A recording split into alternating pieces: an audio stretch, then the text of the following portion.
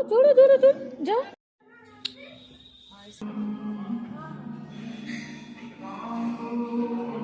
तो अभी हम वापस जा रहे हैं घर पे अपने बच्चों को लेके। मम्मी भी आ रही है। फौजी वाइफ होने का मतलब बहुत बड़ा एक वो होता है टास्क।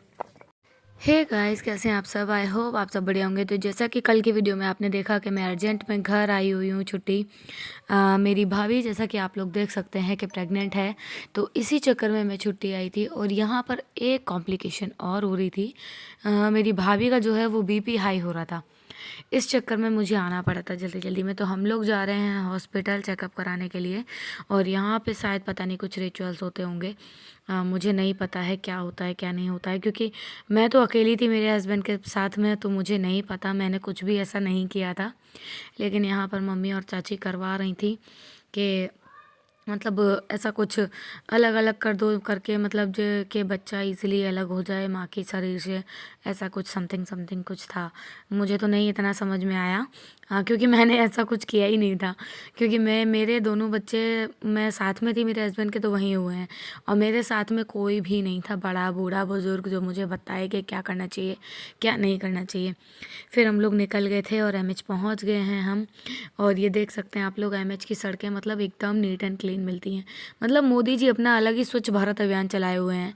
अगर स्वच्छ भारत देखना है ना, तो कभी किसी आर्मी कैंट की सैर करके आ जाओ। एकदम स्वच्छ भारत अभियान से भी ज़्यादा स्वच्छ आपको आर्मी कैंट मिलेगा। सो फाइनली हम एमएच पहुंच चुके हैं और भाभी को एडमिट भी करा दिया है। अब हम लोग वापस जा रहे हैं।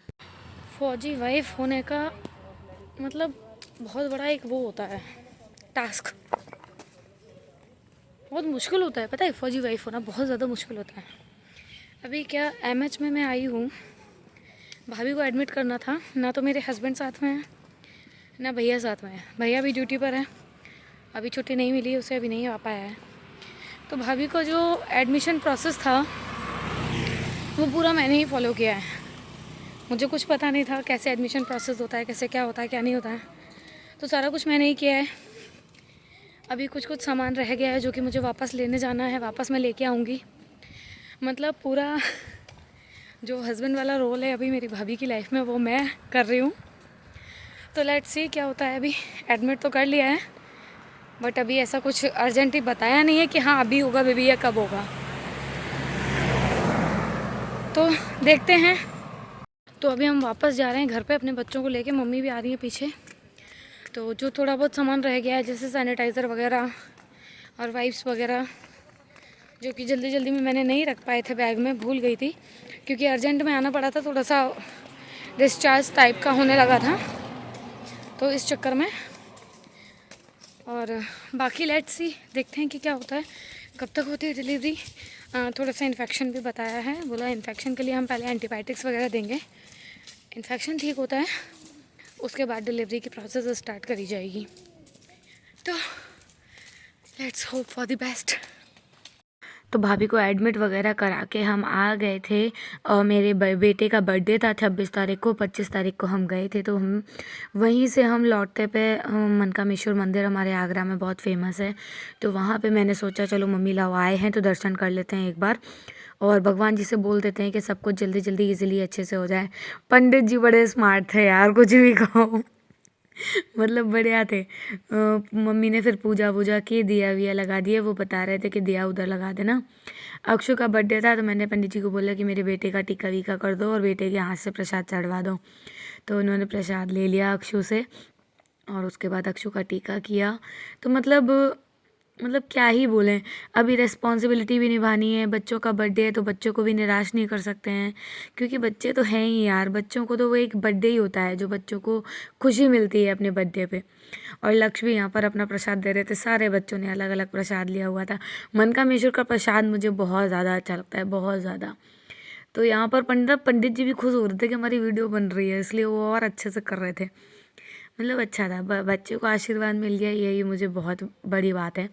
और मनकामेश्वर के दर्शन में मैं बताऊँ तो मैंने मेरी शादी के बाद 10 साल मेरी शादी को होने वाले हैं, शायद बीच में एक बार मैं गई हूँ।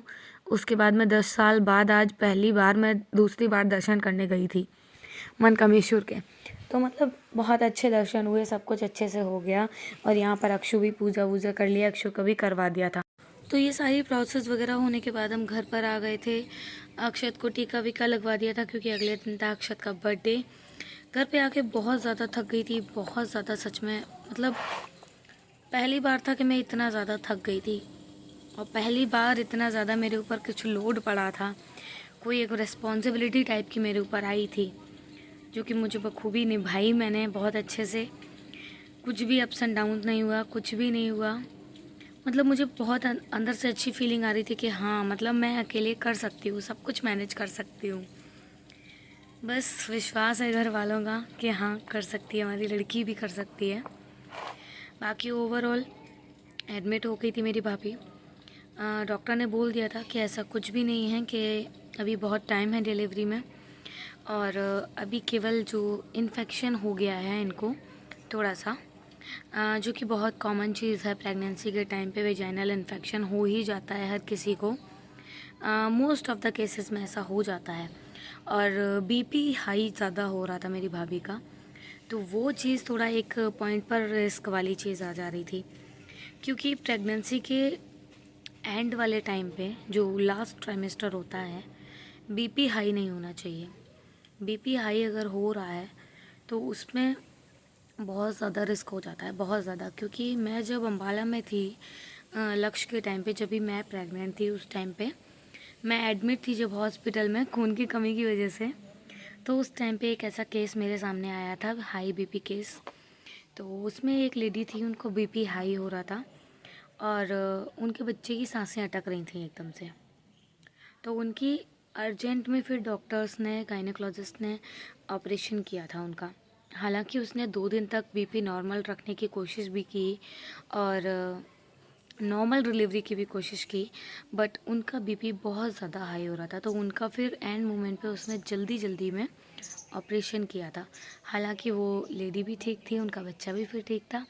एमएच की मुझे ये एक चीज़ बहुत अच्छी लगती है, बहुत ख़ास बात है ये एमएच के मिलिट्री हॉस्पिटल की, कि पूरा पूरा 90% तक कोशिश करते हैं कि आपकी नॉर्मल डिलीवरी कराएं। मतलब बहुत ही ज़्यादा कुछ हाई रिस्क वाला केस आएगा तब जाके आपका ऑपरेशन करेंगे वो लोग एमएच में। बाकी वो लोग अपना पूरा 100% लगाते हैं कि इस बंदी की नॉर्मल डिलीवरी हम करा पाएँ। तो ये चीज़ एमएच की मुझे सबसे ज़्यादा बेस्ट लगती है। और आप लोगों को एमएच की क्या चीज़ बेस्ट लगती है वो आप लोग प्लीज़ बताइएगा मुझे कमेंट सेक्शन में। मैं इंतज़ार करूँगी आप लोगों के कमेंट्स का।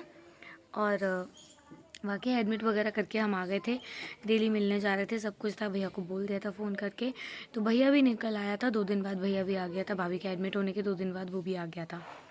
तो उसके बाद थोड़ा सा मुझे रिलैक्स मिल गया था कि हाँ भैया अप्स एंड डाउन्स कर रहा था, घर से आना जाना, खाना वाना ले जाना, सब कुछ। वैसे हॉस्पिटल में सब कुछ मिलता है, लेकिन बस मिलिट्री हॉस्पिटल की एक चीज़ सबसे बेकार लगती है कि किसी भी पेशेंट के पास कोई भी फैमिली मेम्बर रुक नहीं सकता। वहाँ जो भी करेंगी सारी डॉक्टर्स करेंगे, नर्सेस करेंगी, और जो दीदी लोग रहती हैं वो लोग करती हैं, किसी को रुकने नहीं देते हैं। तो बस यही चीज़ सबसे ज़्यादा डिसअपॉइंटिंग लगती है मुझे। बाकी ओवरऑल सब कुछ बहुत अच्छे से हो गया था और ठीक थी भाभी भी। बीपी भी नॉर्मल हो गया था, थोड़ा बहुत, थोड़ा हाई हो रहा था, थोड़ा नॉर्मल हो रहा था। मेन बीपी की वजह से ही एडमिट किया था और इन्फेक्शन की वजह से। तो इन्फेक्शन में भी आराम हो गया था 2-3 दिन में, और बीपी ऊपर नीचे हो रहा था। तो उसके लिए जो बोलते हैं कि हमें अपने ऑब्जर्वेशन में रखना पड़ेगा कि क्या हो रहा है क्या नहीं हो रहा है, तो हम उसको, ताकि देख पाएँ कि ऐसा क्यों हो रहा है। तो इस चक्कर में उन लोगों ने एडमिट किया था भाभी को। बाकी ओवरऑल बाकी सब कुछ ठीक था। बाकी आप लोग प्लीज़ ऐसे ही साथ दीजिए अपने, आप लोगों के साथ की बहुत ज़्यादा ज़रूरत है। व्लॉग्स में बिल्कुल भी अभी व्यूज़ नहीं आ रहे हैं, तो प्लीज़ आप लोग सपोर्ट कीजिए, लाइक कमेंट एंड शेयर ज़रूर करके जाया कीजिए। Thank you so much everyone, bye bye.